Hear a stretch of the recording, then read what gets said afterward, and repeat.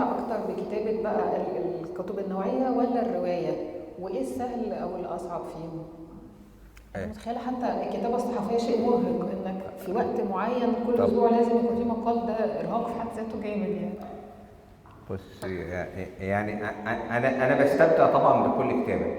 اي كتابه، كل مسكه قلم وكتابه هي ممتعه. وكل يعني رضا او اعجاب او يعني تفاعل للقراء مع ما هو مكتوب، هو يعني مفرح ومبهج الى اكبر حد.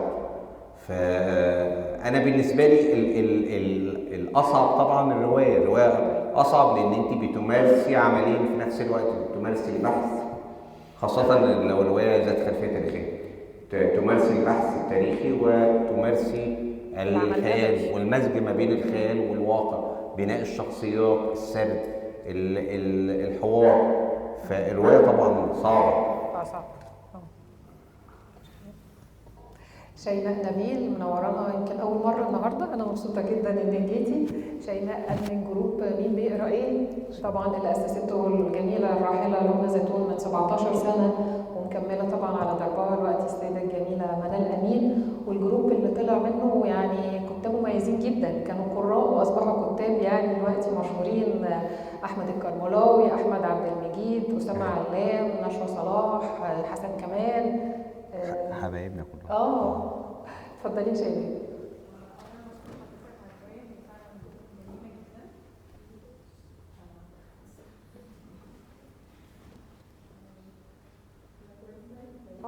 اتفضلي.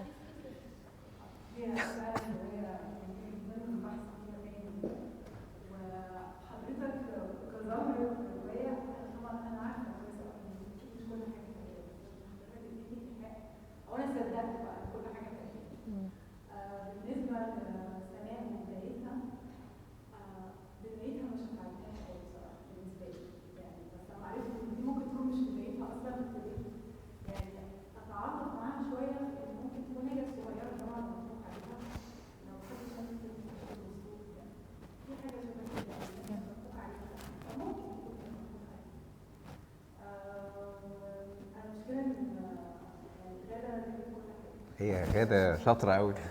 سبت لكم والله المجال، انا اختصرت. شاطرة. دي مشكلة لما بيدير حد شاطر قوي. خليك يا فندم، ميرسي.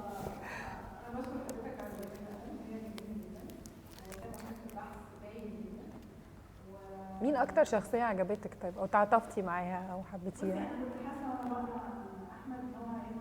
هيطلع في حاجه؟ لا انا فوجئت، انا اتصدمت.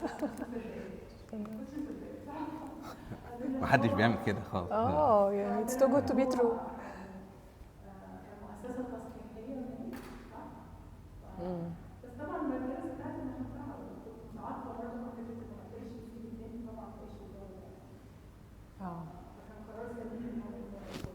يس ده.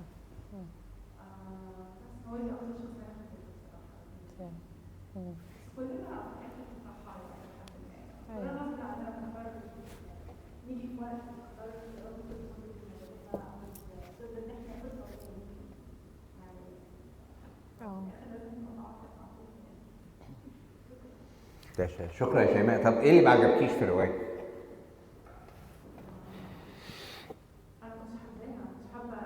شخصيه سناء. اوكي.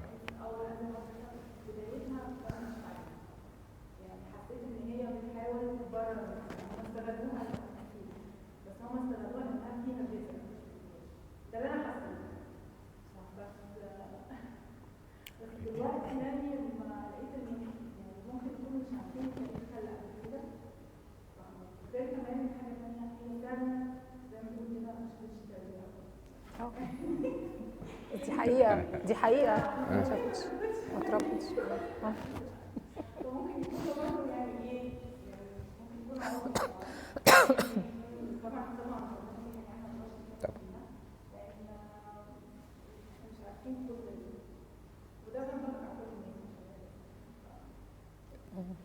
شكرا ليك.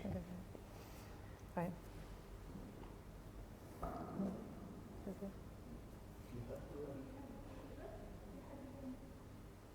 مساء الخير. صوتي اعتقد انه واضح مش كده؟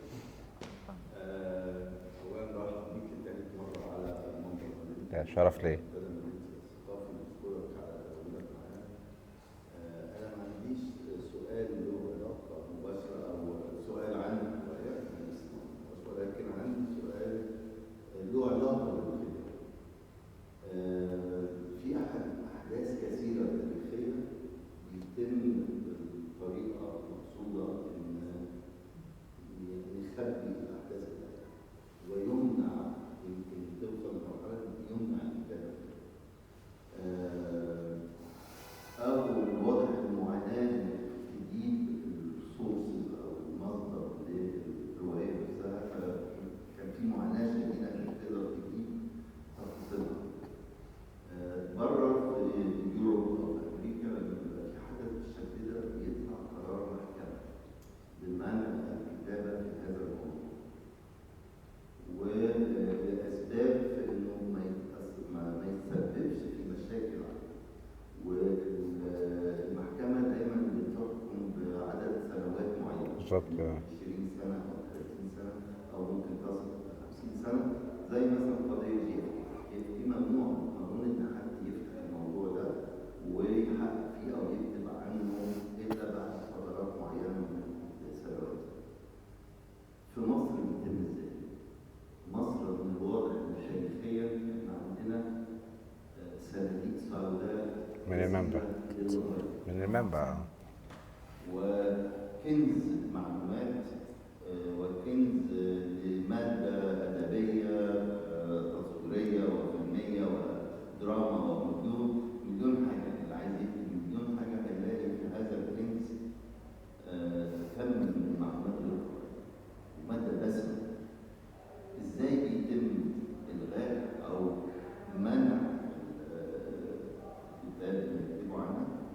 ولو حد كتب حاجة عنها ايه النتيجة، ايه اللي بيحصل؟ وليه لو كتب الواقع لازم يسميه انه رواية؟ ده مهم جدا. ده سؤال سؤال ما يطلعش غير من زياد الشاذلي يعني. سؤال صعب طبعا. انا طبعا لفت نظري مثلا قريب من حوالي اسبوع او 10 ايام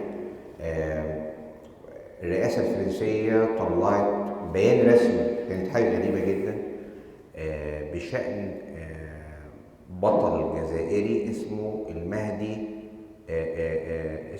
اسمه بن مهيدي. بن مهيدي ده كانوا قبضوا عليه، كان من الثوار الجزائريين، وهم بيحققوا معاه قالوا ده انتحر في السجن سنة 1958 خلال الحرب ضد فرنسا في الجزائر. تخيل ان من اسبوع بس طلعوا بيان قالوا احنا بنعتذر عن بن مهيدي وبنعترف رسميا انه قتل تحت التعذيب من بعد 70 سنة او يعني تقريبا 70 سنة. فكثير من الحقائق بتطمس مش في بلادنا بس، في العالم كله. طبعا المثال بتاع جون كينيدي ده متكرر في كذا مكان، وبتطمس لأسباب سياسية، لأسباب تخص أفراد بعينهم، لأسباب قد تكون وطنية، إن خروج المعلومة يؤدي إلى بلبلة وانقسام ومشكلة أكبر من مشكلة ترك الجاني، يعني إن أنا أسيب الجاني أحسن ما يؤدي لمشكلة. واللي بيقدر الكلام ده في الآخر هي السلطة مش إحنا الناس دي. فطبعا ده شائع ومتكرر وموجود. وفي بلادنا القصة أسهل شوية من إن هم يطلعوا حكم محكمة، لأن من المنبع أنا أقدر أقفل كل حاجة. أنا يعني أنا عندي كنترول فعلي على كل وسائل الإعلام اللي موجودة في كل عصر، بالمناسبة مش في عصر محدد، كل عصر في طرق كنترول قوية جدا جدا على وسائل الإعلام. فأنا من البداية بقفل القصة، وممكن غير إن أنا أقفل القصة أطلع يعني أكتر من قصة لصناعة بلبلة. يعني أنت مثلا على سبيل المثال إحنا حتى يومنا هذا لا نعلم ان كان المشير عبد الحكيم عامر اتقتل ولا انتحر. لا نعلم حتى يومنا هذا ان كان البطل احمد عبد العزيز اللي هو في حرب فلسطين اتقتل بنيران مصريه فعليه صديقه ولا العدو. حتى الان لا نعلم ماذا حدث لشخص اختفى تماما من الوجود اسمه رضا هلال. في وقت من الاوقات اختفى تماما، ما حتى الان يعني شوف سنوات تمر وتبقى الغاز واسئله دائمه. فالقصه عندنا اسهل بالنسبه لصانع القرار ان هو يعملها من البدايه. ده بيدفع البعض انه يلجا للتعبير عن رايه او عما يتصوره او يرجحه من خلال النصوص الادبيه. وده سبب من اسباب ان ناس بتكتب روايات زي روايتي مثلا. نحن سعداء بهذه الكتابة حتى نعرف الحقيقة ولو من باب الرواية. اتفضلي بها وبعدين عندي سؤال بعد كده. اتفضلي أستاذة مع شريف.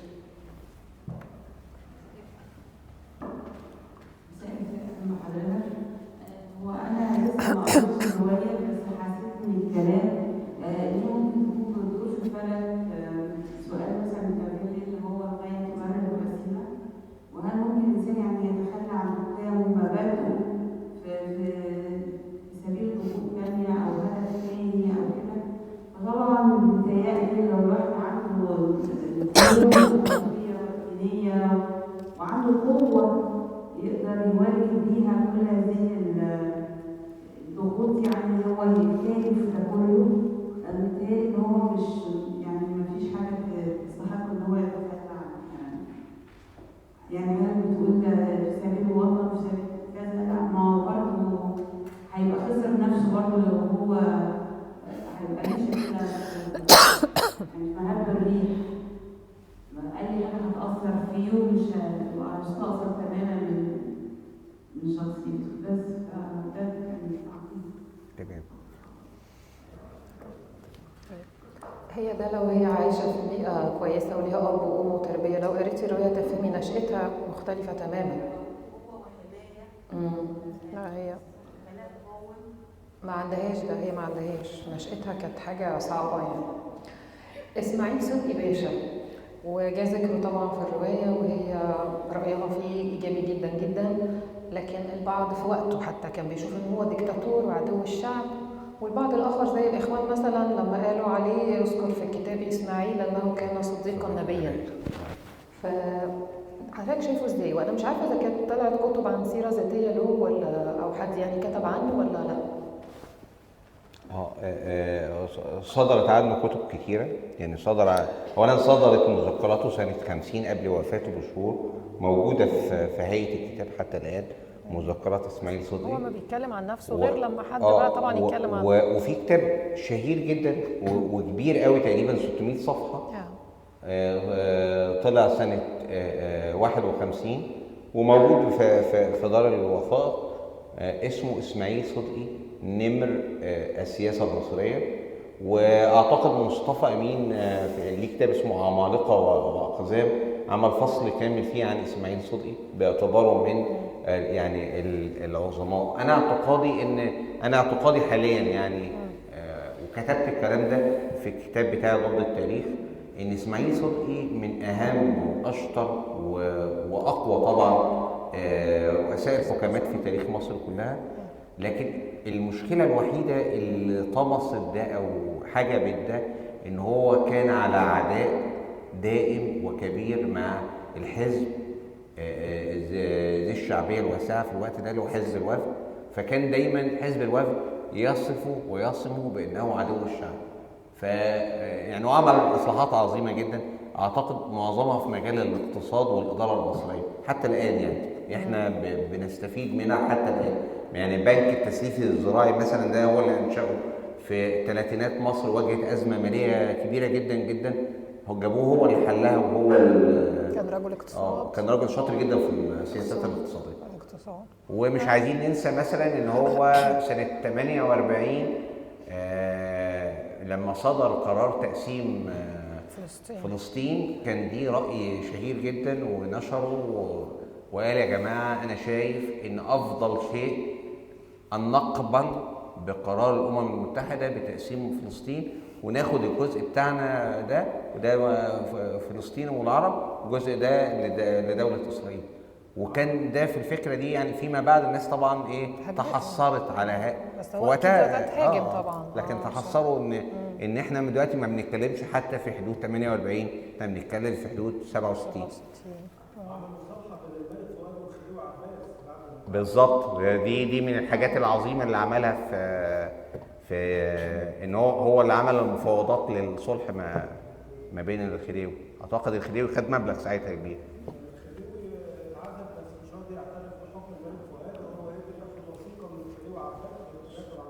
صحيح.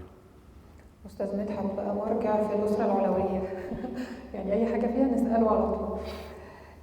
شخصية تانية بارزة جدا جدا في مجال الصحافة وحتى في الأدب مصطفى أمين. مصطفى أمين طبعا كان أنشأ أخبار اليوم مع أخوه، وكان له صالون أدبي شهير في بيته بيعقده كل أسبوع، بيحضروا مش بس كتاب وصحفيين كمان فنانين، وفي صور جميلة جدا موجودة قديمة عن هذا الصالون الشهير، وصلاته قوية جدا بناس كتير بره مصر وخارجها. السؤال بقى اللي يعني مش عارفه له اجابه، هل كان جاسوس امريكي ولا مش جاسوس امريكي؟ طبعا هو اتسجن، وانا قريت كتابه سنه اولى سجن، كان في مكتبه بابا الله يرحمه، انا فاكره قريت وانا في اولى ثانوي واتعقدت من ادب السجون، قلت مش هقرا ادب السجون تاني ابدا. رجعت قريت جوانتانامو يوسف زيدان، بس بعدها خلاص يعني مفيش ادب سجون هيتقرا تاني. فمصطفى امين بقى مثير للجدل جدا، شخصيه غامضه، حضرتك شايفه ازاي؟ طبعا من عدم الانصاف ان احنا يعني نتعجل في اصدار حكم واحنا قاعدين دلوقتي مع بعض كده، والرجل في دار الحق ونحن في دار الباطل. لكن انا اتصور انه يبقى لغزا، يعني هو في يعني وجهتي النظر يعني لهم يعني ما يقنعك بهم، يعني فكره ان هو كان جاسوس. الكتب والوثائق الامريكيه الصادره حتى الان بتتكلم عن ايه باعتباره العميل الفلاني العميل بتاعنا. والرد بتاعه والتصور بتاعه بيقول ان هو القضيه اللي وفقت له، وان هو كان قاعد بحكم ان هو صحفي مع موظف في السفاره، ودي حاجه معتاده ومتكرره وبتحصل، ويعني ده وارد وده وارد. انا اعتقادي ان هو كان رجل جسر علاقه مع دوله في وقت ما، استخدم لحاجات يعني في وقت ما الحكومات بتستخدم اشخاص معينه انها تنقل رسائل، وده حتى يعني مصطفى امين في سنه 56 سافر امريكا بتكليف من عبد الناصر مباشره عشان يعمل دعايه ضد اسرائيل وانجلترا وفرنسا. فهم عارفين انه يعني هو ده رجل امريكا عندنا، خلاص احنا عارفين. لكن هو ليه خده وعمل له القضيه والقضيه صحيحه؟ دي قصه طبعا غضبوا عليه فجاه. يعني لم تفصل او تحسم حتى يومنا هذا، يعني زي ما بيقولوا يعني. لكن انا تصوري طبعا ان مصطفى امين لم يعذب، وان كتاب سنه اولى سجن فعلا 90% منه فبركات ده انا عشت معاه وانا بشكل يعني صحفي التقيت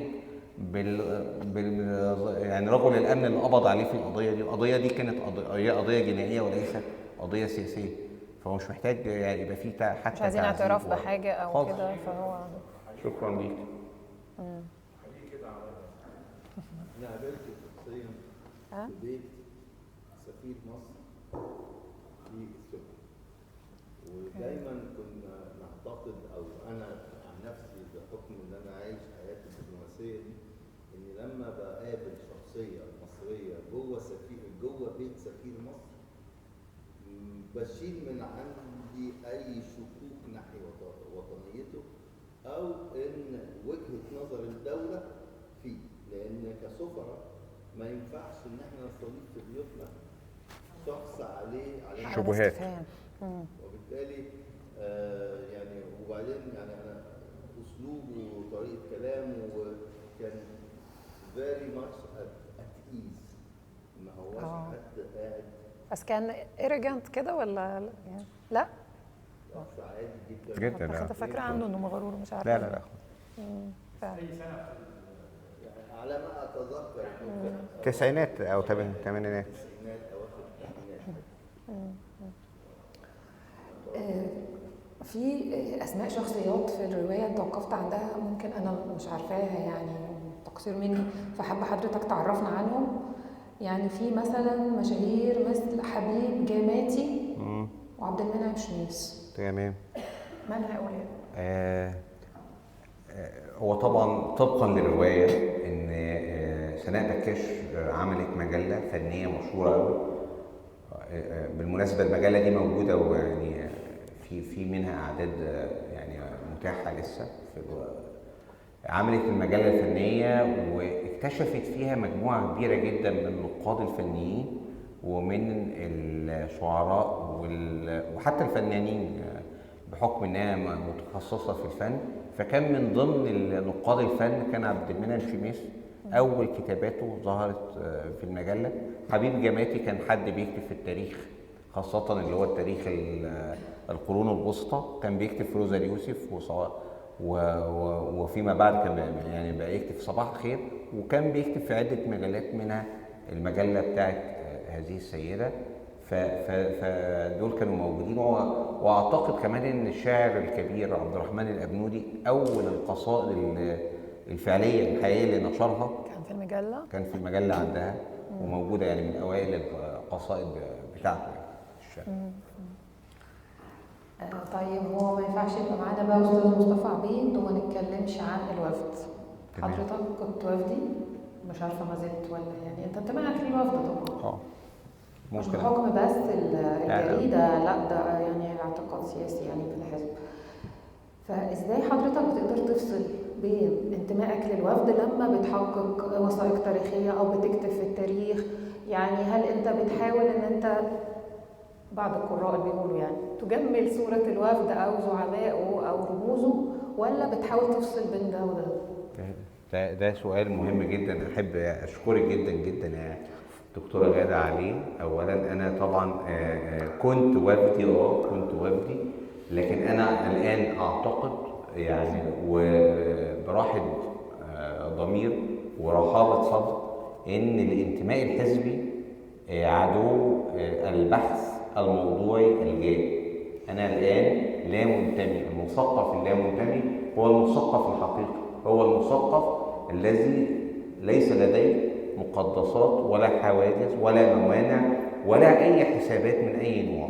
فقطعا انا دلوقتي سعيد وراضي ومرتاح الضمير ان انا لست وفديا. وبعض يعني مع مراجعات بعض التاريخ الوفد يعني اسعد وابتهج بلحظات مضيئه فيه، وانتقد واتحفظ على لحظات اخرى اتصور انها يعني تصوبها اخطاء او تشوبها اخطاء قديما وحديثا يعني. ده دي قناعه مثلا بقالي مثلا 7-8 سنين مثلا لا منتمي تماما، منتمي الى ضميري وأراجع دائما نفسي.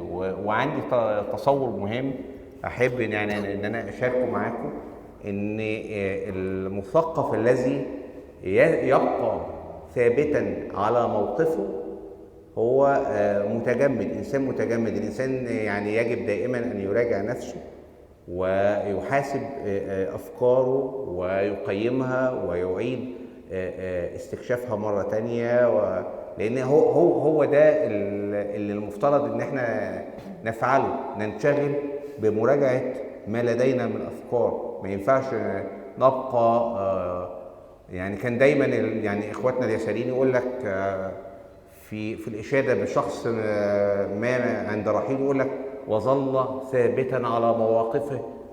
ده مش صح. مش هو ده الدنيا، مش هي دي دولة. العالم بيفكر دائما ويتغير ويفترض افتراضات لم يفكر فيها من قبل ويراجع نفسه، فأتصور كده يعني. ليا سؤال في الحته دي. اتفضل. متى انتهت الحياه الحزبيه في مصر؟ الحياة الحزبية في مصر أنا في اعتقادي انتهت تماما هي انتهت رسميا في يناير 1953 بقرار حل الأحزاب المصرية. أنا اعتقادي إن لا، الحياة الحزبية في مصر انتهت قبل كده. يعني أنا اعتقادي انتهت بعد الهزيمة الكبرى في فلسطين، لأن هزيمة فلسطين حركت حاجات كتير جدا وأحداثت تحول كبير، مش في مصر بس، أعتقد في مصر وسوريا وفي يعني في كثير من الأقطار العربية، إنها يعني أيقظت الناس ونبهتهم إن هم مش هذا العملاق وهذا هذه القوة وهذه الصلابة وهذه الأمة العظيمة. فأعتقد إن كان من أحد الإشارات الواضحة في 48 إن الحياة الحزبية دي كلها وهم، يعني بدليل إنها ما ليه لازلنا بنحط كم هذه المصاريف في انتخابات حزبيه عباره عن ماريونات مسرحية على مستوى يعني 70 80 سنه؟ لأن إحنا بنعيش في فكرة سلطة الفرد الذي في حاجة دائمة إلى ديكور يستكمل به المشهد. احنا بنشجع على ان يبقى في احزاب مختلفه في الدوله. دوله زي امريكا النهارده هم حزبين رئيسيين. ليه النهارده انجلترا 500 حزب في البلد واحنا ما عندناش حتى الليونه في اتخاذ قرار حزبي او قرار او وجهه نظر حزبيه او توجه حزبي؟ ما ده انا طبعا مش انا اللي اسال، بس خلينا لا نخرج عن الاطار الادبي. احنا يا جماعه بنناقش ادب سياسة فقط. طيب احنا في نطاق. اتفضل باشمهندس علاء، اتفضل يا فندم. اتفضل يا نبيل. اولا الاستاذ محمود تميم بيتكلم عليكم الله، ده اخ عزيز جدا وصديق طيب جدا جدا. حاجه ثانيه بس اضافه بالنسبه للاستاذ مصطفى امين الله يرحمه الجميع. انا فاكر 77 لما السادات قرر تحويل حزب مصر الى الحزب الوطني، اتكتب بكل جرأه وبدون مشكله عليها ان دي طفوله سياسيه او مراهقه سياسيه، ان حزب كان الاعضاء البرلمان ينتخبوا حزب ثاني ما عدا السكرتير العام انا مؤسسه افتكر ما رغم طلع يوسف والي الامين العام للحزب الوطني ايامها وقال نفس الكلمه، قال ده واحد نسال وكان جاسوس واحنا طلعناه من السجن عشان ياخد دوره. الكلمه دي موجوده في نص يوسف والي كسكرتير العام الوطني، فدي كانت بتعلق على حته هل هو جاسوس او مش جاسوس. انا محتاج رايك انت الدكتور الاول واحييك عليه، لان هو قال ان ما كانش ان هو كان بيتواصل مع السفاره الامريكيه، بس الحكومه المصريه قبل تواصله مع السفاره الامريكيه في وقت حرب لن قلم عندنا ازمه في الاكل وعندنا ازمه في التموين، فدي الحته اللي انا عليها. شكرا ليك جدا جدا. اتفضلي. سناء بنكاش نفسها حضرتك حاسس ان هي فتحت نفسها او فهمت هي حصل لها مثلا دلوقتي كده ليه، ولا يعني هي كانت فهمت يعني استوعبت ان اللي كانت بتعمله ده قد يشوفوا خطا او يكونوا اصلا غلط، ولا هي سامحت نفسها ولا؟ لا، انا اعتقد ان هي حتى اليوم الاخير يعني هي تعتقد ان هي جاهدت وناضلت. وهي لو تفتكري هي كتبت المذكرات دي امتى؟ كتبتها بعد ما راحت اتفرجت على الفيلم بتاع ايام السادات. هي شافت ايام السادات وده مقدم، هو ده بطل عظيم. طب انا لا اقل بطولة عن السادات. هي يعني في بعض الاماكن حسيت انها بتحس ان هي تعرضها للمرض او الحاجات دي هي برضه بتكفر عن حاجات ثانيه. فهل هي كانت فعلا حاسه كده؟ انا حسيت ان هي ملمح انها هو الانسان دايما ما بيوقفش، خدي بالك يا شيماء، ما بيوقفش على راي. دايما الانسان بيفكر ويتأرجح، يعني عقل الانسان دايما بيتأرجح ما بين يعني ضفه وضفه اخرى. اتصور ان هي كانت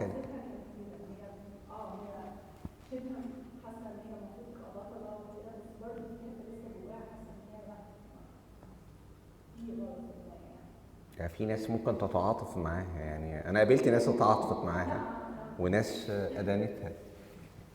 هي في سطر هنا هقراه عشان هي برضو تشوفي قناعتها ازاي، ودي في اخر ايامها برضو بتقول احنا اولاد ربنا، ممكن نغلط، نتشاقى، نخرج عن الطاعه ساعات، نهبل ونعك وننسى نفسنا، لكن في الاخر راجعين وهو بيغفر اي شيء وكل شيء.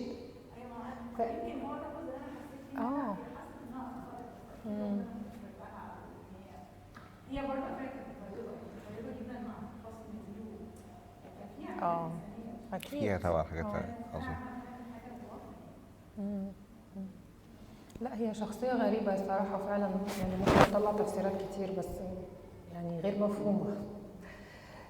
شخصيه حسن فهمي رفعت اللي هو كان زي رئيس اللي كان اسمه زمان القلم السياسي اعتقد. ايوه وكمل بعد كده شويه. الشخصيه دي شخصيه حقيقيه تماما. حقيقيه. بس هو حسن رفعت شخصيه حقيقيه كمان، زي ما لو لاحظتي في الاول قصاصه في الروايه اللي هي من كتاب من ظلام السجن، هو بيتكلم فيها عن حسن باشا رفعت، وبيقول ان ده يعني تم تدريبه بره في اوروبا في سكوتلاند يارد وكده، وكان من اكتر الناس العاملين بالسياسه او النشطاء السياسيين بيعتبروه عدو ليهم يعني في الوقت ده. لكن الشخصيه الحقيقيه لحسن باشا رفعت الحقيقي هو توفي سنه 48.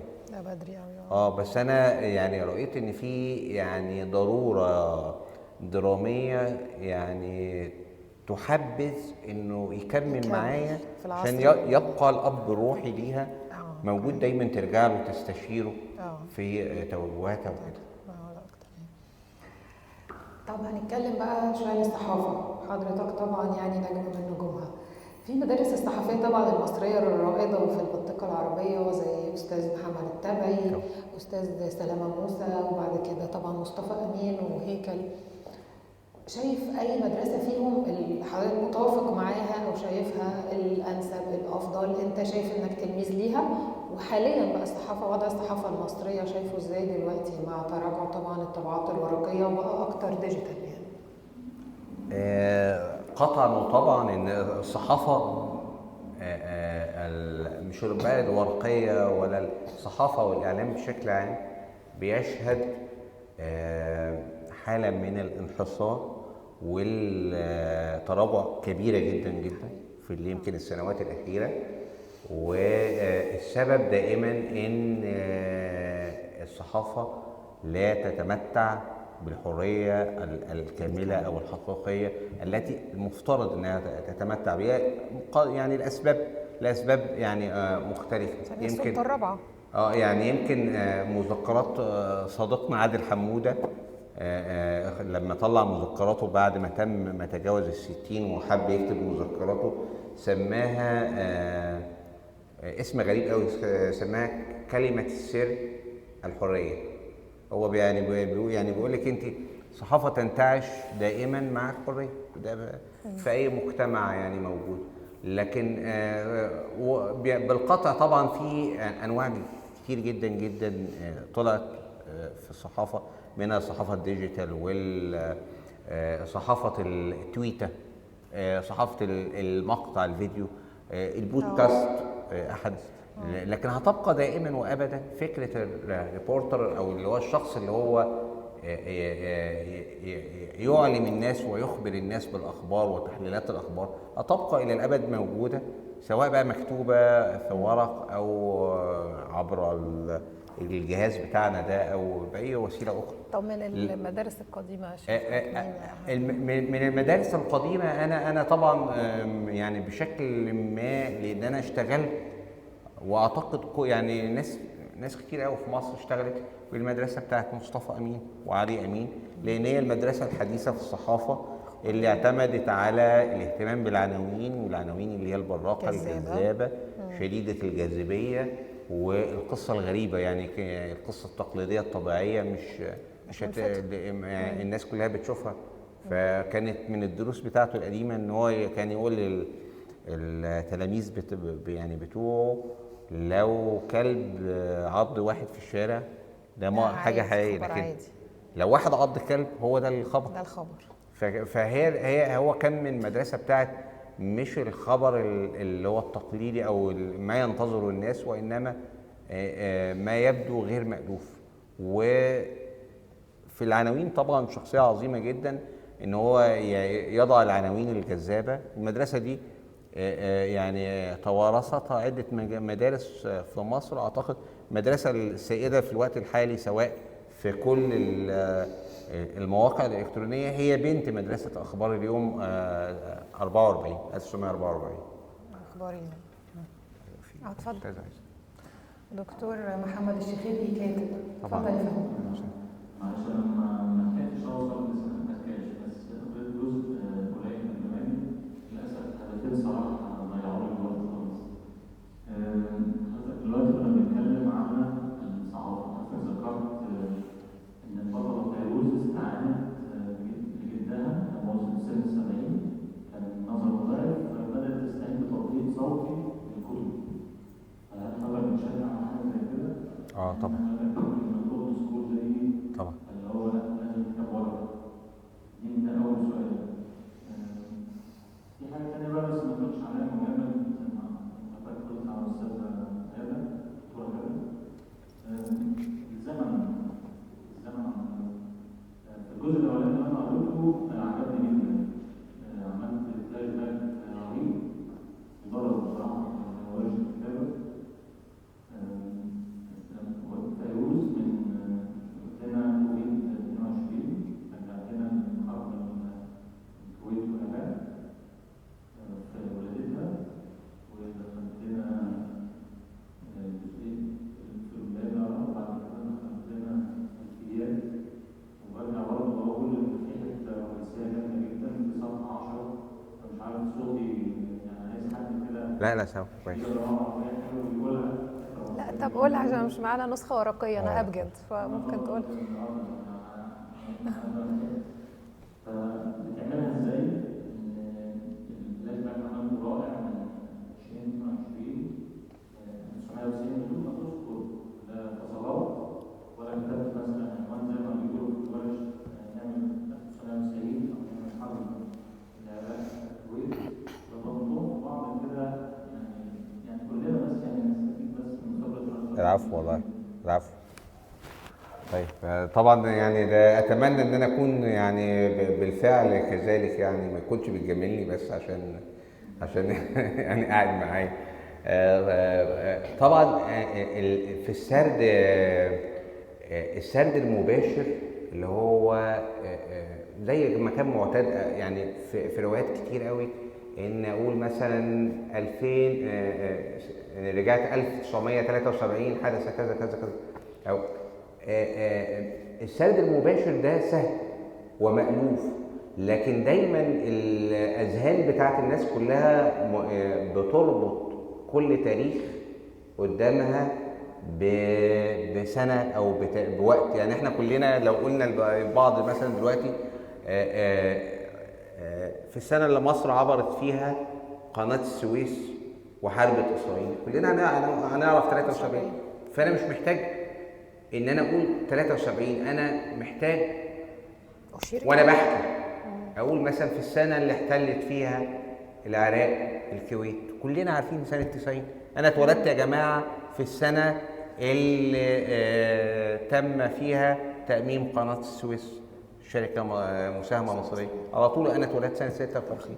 فالطريقه دي بتبقى اكثر منطقيه واكثر قبولا من القارئ. القارئ ما بيحبش اللي هو بيلقنه او بيعلمه او كانه بيدرس ليه او بيحاضره ليل داخلي 8 نهار مش عارف 8 نوفمبر. طب ليه؟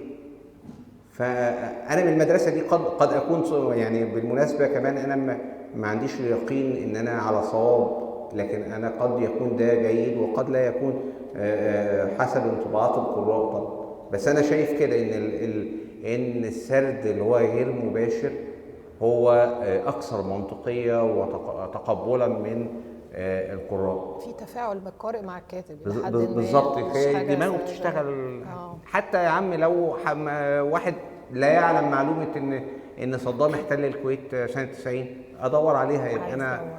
يعني ساهمت في كمان ربطت موت والدتها بالحرب ب 11 سبتمبر. أسلحة الموانئ. ايوه. الجزء الثاني بقى اللغة. حضرتك بدأت أول سطر والولد خرجت أذني. أنا أول واحدة قلت والولد غير نقول يعني وسط كلامنا إن هي عامية، هي فصحى. طب. وفي بعض المفردات الثانية جوه وزير العلم اللي هو الانفتاح. يعني جمل تحس إن هي يعني مقعرة ولكن هي بسيط، يعني بتدل على إن تحاول حضرتك طبعا. العفو. طب في الكتابات اللي قبل كده، أنا بصراحة مش عارف يعني أنا دي أول قراءة لحضرتك. الكتابات قبل كده هل اللغة بالنسبة للقراء واستخدام حضرتك المفردات دي هل كانت بس اللغة مشكلة؟ يعني انا اعتقد، انا طبعا انا عندي مشكله يعني مش عارف اتخلص منها خالص، ان انا مولع بالتجريب. انا بحب قوي ان انا اقعد يعني اجرب حاجات. فانا الروايه اللي قبل دي على طول اسمها جاسوس في الكعبه. الروايه دي من الروايات اللي ارهقتني في كتابتها وارهقت ناس كتير في قراءتها. ليه؟ لانها انا خدت من اولها ان انا هعملها كلها بضمير المخاطب. انا دلوقتي بعملها على سيره بركهارت اللي هو المستشرق السويسري اللي جه مصر والشام والحجاز وكده. فانا عاملها من اول صفحه ان انا بكلمه وتذكر عندنا كذا كذا وكذا كذا كذا. فهي ارهقتني في الكتابه. ولما خلصت النص يعني استشرت مجموعه من الاصدقاء كان منهم اشرف العشماوي. فاشرف قال لي لا، ارجع غيرها خليها كانه يعني بتحكي عنه بشكل مباشر، يعني من غير تبقى ضمير المخاطب. فقعدت افكر كده وارجع يعني اقيمها تاني. ما استحسنتش بصراحه المشوره واصريت على رؤيتك يعني. على التجريب يعني فيها. في ناس استحسنت ده وناس شكل ليها صعوبه، خاصه الناس اللي هي القراء اللي هم مش مخضرمين، المبتدئين في يعني لسه يعني بيبدا قراءه دي بالنسبه له ثقيله شويه. فمش دايما بكون صح يعني. عندك اقريها بقى. صفحة، اصل انا ده ابجد مش ورقي، فابجد مش موبايل، هو تابلت، هتختلف. حضرتك اقراها او شيماء تقراها. يا شيماء، مين صوته حلو يا جماعه؟ مين صوته حلو يقراها؟ طيب اتفضلي. اتفضلي يا فندم. اتفضلي استاذه جيهان سليم الكاتبه. يا جيهان.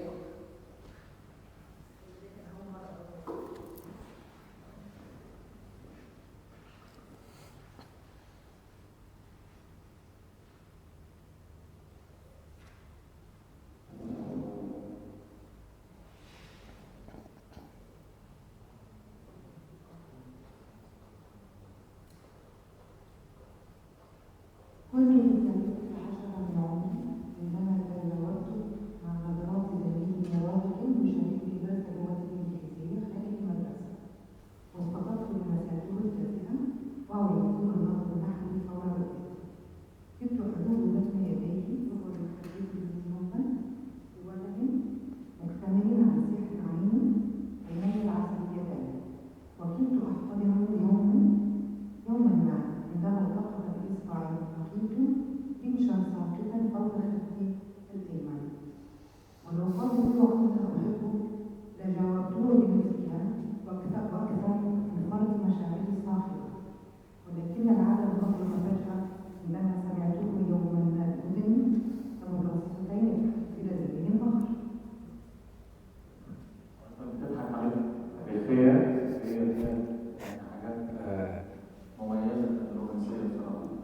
جزيلا.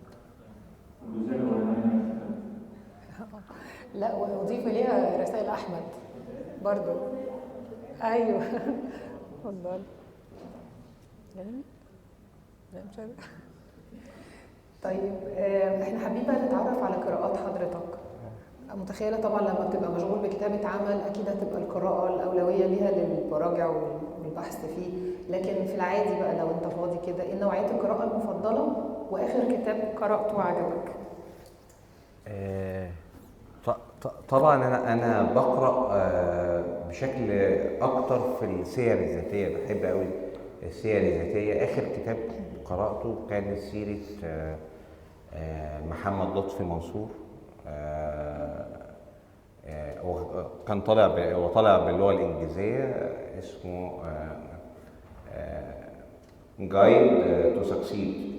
عامله صحفي بريطاني اسمه اندرو كيف، وبيتكلم فيه عن المشاكل والهموم والمآسي. يعني احنا دايما بنسمع ان فلان ده اسم عظيم وكبير جدا جدا، ونحن لا نعرف يعني ايه التكوين اللي وصلت فلان ده لكده. طبعا مآسي موجعه جدا ان واحد وهو عمره 20 سنه لسه في بدايه حياته يجيله السرطان ويتعالج. تعريف بيه بس الاول. هو محمد لطفي منصور هو دلوقتي يمكن الاستاذ زياد يعرفه كويس قوي، احد يمكن اغنى 3 رجال اعمال في العالم العربي كله، مجموعه منصور، المجموعات الكبرى، وكان وزير النقل من 2005 ل 2009 تقريبا 4 سنين. وطبعا عائله منصور عائله معروفه قوي في مجال البيزنس والاعمال، من اكبر واخد شاري تقريبا يعني نادي كبير جدا في امريكا دلوقتي، نادي كره قدم. بنبص له دائما على انه رجل محظوظ او رجل متحقق في حاجات كتير، لكن ما نعرفش التشكيله دي صنعت بكم مقاسي قد ايه. فكان بالنسبه لي يعني بس ليه صادر بالانجليزيه؟ لان هو معاه الجنسيه هو قرر يعني البريطانيه واقامته هناك في لندن يعني. فالكتاب طلع باللغه الانجليزيه، بس كتاب مهم لانه بيتكلم عن مصر ونشأته في الاسكندريه، وفتره التحول الكبيره والخطيره جدا في تاريخ مصر اللي هي من الملكيه للجمهوريه، ودي ازاي اثرت على الناس كلها والبشر والسلوكيات والافكار والمجتمع وحاجات كتير قوي. قبليه على طول كنت قرات الروايه الاحدث للكاتبه انعام كجاجي. هي روائيه عراقيه مهمه قوي قوي، هي روايه اسمها صيف سويسري، من الروايات الكويسه جدا جدا، لان هي بتحكي عن فكره التسامح ما بين البشر واصحاب بقى انتماءات دينيه مختلفه او افكار مختلفه او اعراق مختلفه، وازاي انا يعني دول كانوا بيقتلوا بعض في العراق ويعني يقتتلوا، ازاي احطهم في بيئه واحده كلهم وتبقى مهمتهم ان هم يتعايشوا ويتسامحوا جميعا مع بعض. فروايه جميله جدا جدا، انصح يعني بيها قوي. اسئله تعب. استاذه جيهان سليم اتفضلي.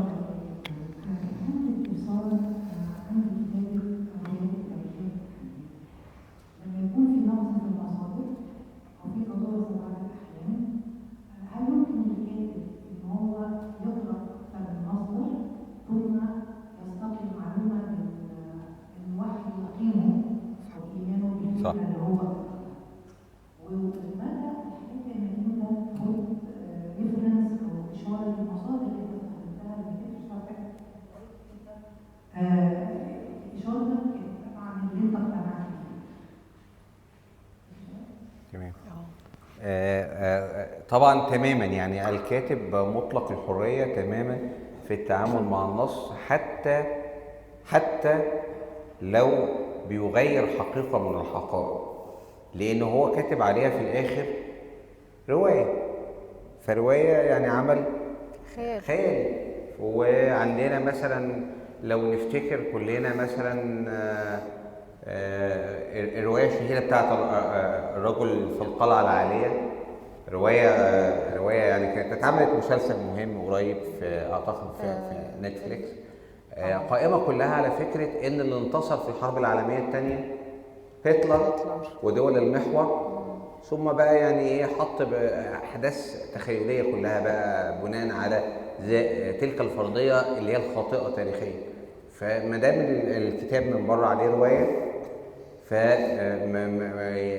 لا يجب ابدا ان احنا نتعامل معاه باعتباره حقيقه تاريخيه. وعندنا المثال الشهير قوي بتاعنا كلنا عيسى العوام.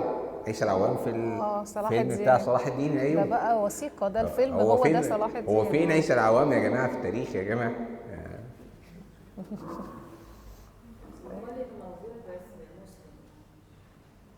استاذ محمود في خلاف عليه اساسا كبيره.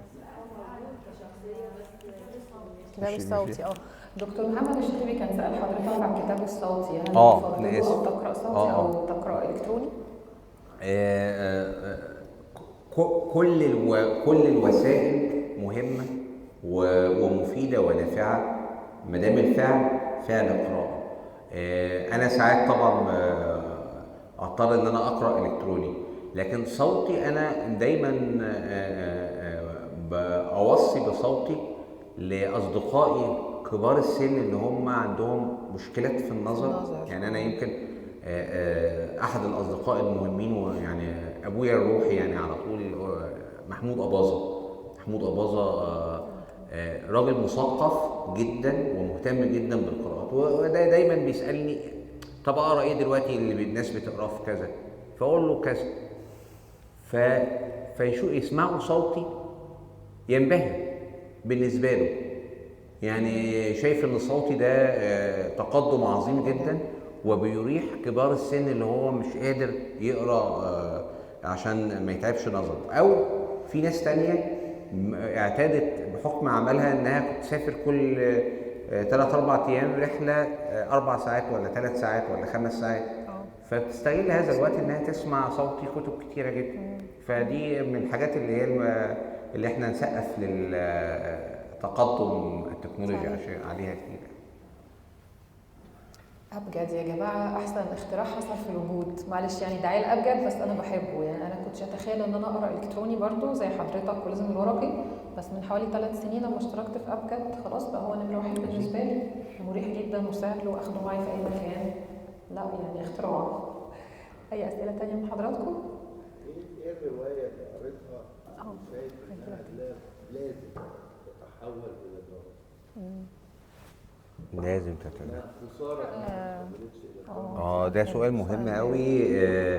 رواية فساد الأمكنة للأستاذ صبري موسى، أنا أعتقد دي من أروع وأهم روايات في تاريخ الرواية المصرية الحديثة. وأعتقد إن هم حاولوا أكتر من مرة، لكن الراجل يعني توفي، يعني الله يرحمه طبعا، كان أستاذ عظيم، أستاذنا جميعا، توفي قبل ان يتم تحويلها الى، وهو بالمناسبه هو اللي كاتب سيناريو البوسطجي. استاذ صبري موسى واخد جائزه امريكيه مهمه جدا اسمها جائزه بيجاسوس العالميه في الروايه، على الروايه دي تحديدا، من الروايات العظيمه جدا جدا. تنصحنا يا ريت طبعا، يعني مهم جدا. طبعا. استاذ محمود اتفضل. طب اتفضل حضرتك. غير موسى صبري صحفي، صبري موسى روائي مهم جدا جدا، يعني اعماله مش مشهوره قوي بس مهم. هو دايما اسمها بيطلع في الروايه من اهم الروايات اللي شفناها في اخر فتره يعني، والتدريب فيها كان مميز جدا. يعني هو طبعا الفقره اللي هي صفحه 10 ديت كانت في البدايه اللي هي قرايه كنت متخيل يعني اللي هي رايحه في الحته اللي راحت فيها، يعني اللي هي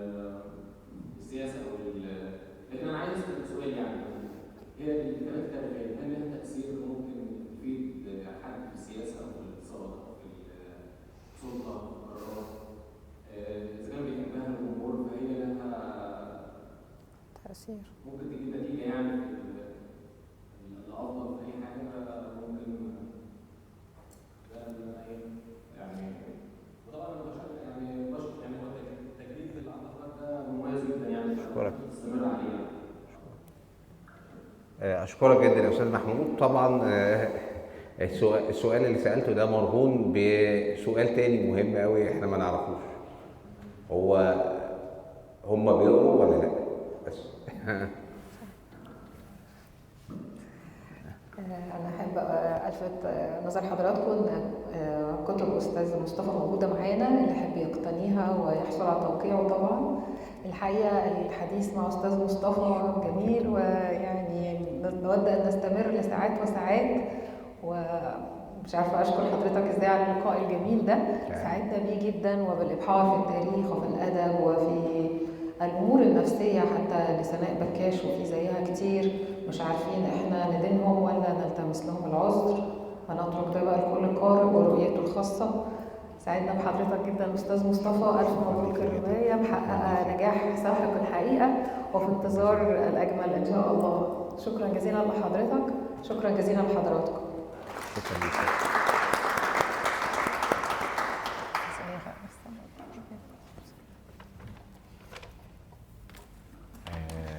هايله بصراحه والله، تسلم يعني دماغك، تسلم دماغك.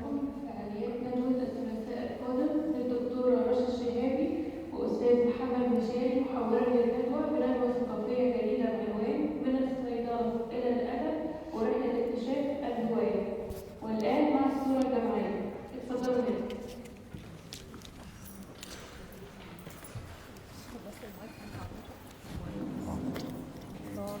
بتاعتك صح؟ بتاع أستاذ الصورة مع حضرتك. اتفضل. شيء اتفضل.